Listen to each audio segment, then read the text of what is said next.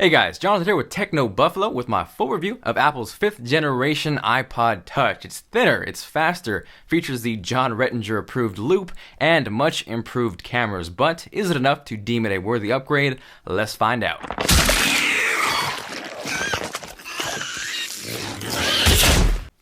Well, that was awkward, damn it, and it hit the real intro.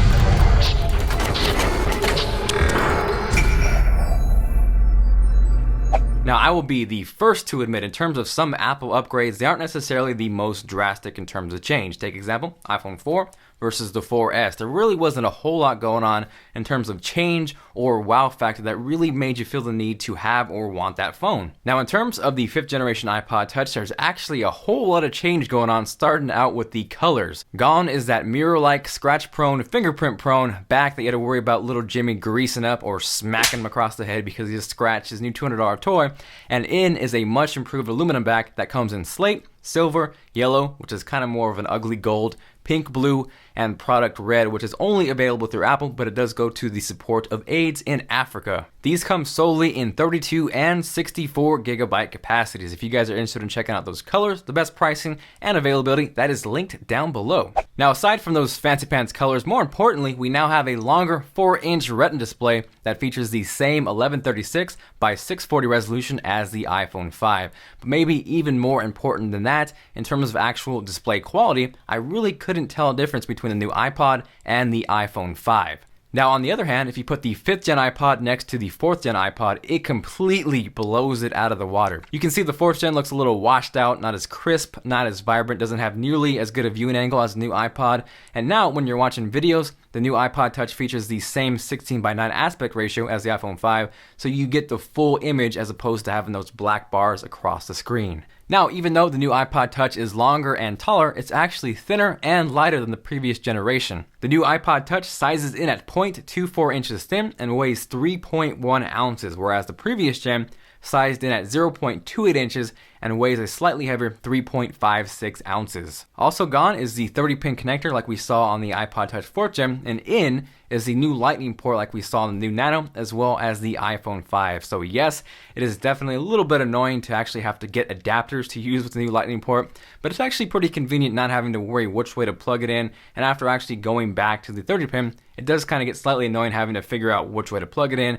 and kind of fumble with it. So even though it is annoying, it's not that bad, and I do like the new Lightning connector.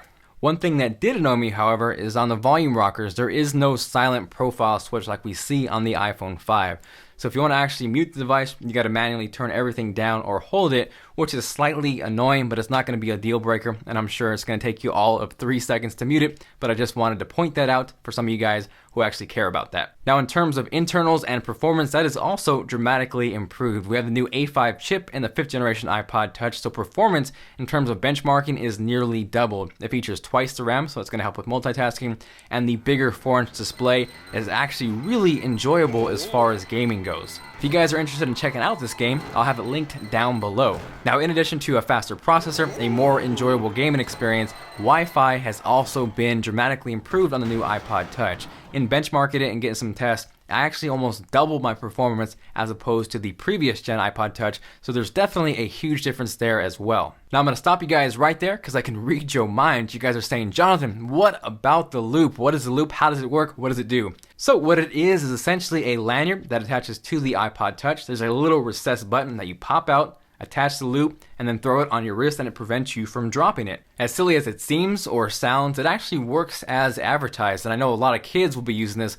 so it's actually pretty smart to include this. That way they don't drop their brand new birthday present, and once again, you gotta smack Jimmy across the head. Now, while we're still on the loop subject, I need you guys' help. We want to put together a top 10 things you can do with the iPod Touch loop. So leave us a creative or funny comment down below telling us what you think the best thing you can do with the iPod Touch loop is. We'll pick a few, and if we do, we'll give you a shout out when we go to make that video. Now, lastly, in terms of big upgrades, we also see a drastic improvement to the cameras. The 4th gen iPod Touch did shoot in 720p, but in terms of stills, it was just a hair under 0.7 megapixels, so pictures looked horrid. So here is the previous 4th gen, taking a picture of Lucy, John R's dog. You can see it's a little grainy, washed out, and bam, there is the 5th generation iPod Touch. You can see it's clear, maximum cuteness engaged, and overall, it just looks a lot better. Now that rear camera is shooting 5 megapixels to be exact, and it also does shoot 1080p video. So once again, here is the 4th generation iPod Touch shooting 720p. Here is Lucy, such an awesome dog. And now we can check out 1080p so you can see all of her awesomeness in 1080p glory. So if you guys think that looks better, let me know by hitting that like button or leaving me a comment down below. Now, in addition to the improved rear cameras, we also see a 720p FaceTime HD camera on the new iPod Touch. The 4th gen shot VGA quality. Here's a quick look at that. You can see it's cropped. It doesn't really look good at all. And for 720p, here's a shot and a look at the new iPod Touch. You can see it looks a ton better. So that pretty much wraps it up. It's thinner, it's faster, it's lighter, it has better cameras, and a drastically improved display. There's really not a whole lot to complain about as far as the new 5th generation iPod Touch. Now, in terms of battery life, I didn't really see a drastic improvement compared to the 4th gen. I got about the same performance, but when you consider you have a bigger display, a faster processor, and you get about the same battery life, that is definitely a good thing. Now, I know a lot of you guys love to hate Apple. I know there's a lot of great options in terms of smartphones and computers, but in terms of portable music media devices, I think this is hands down the best option on the market. So thank you guys for watching this video. Make sure to subscribe if you have not already. If you guys enjoyed it and you are feeling awesome, make sure to go Buffalo style on that like button. This is John M. or John for Bulls signing out. Make sure to check out technobuffalo.com for the latest and greatest tech content. I will see you guys later.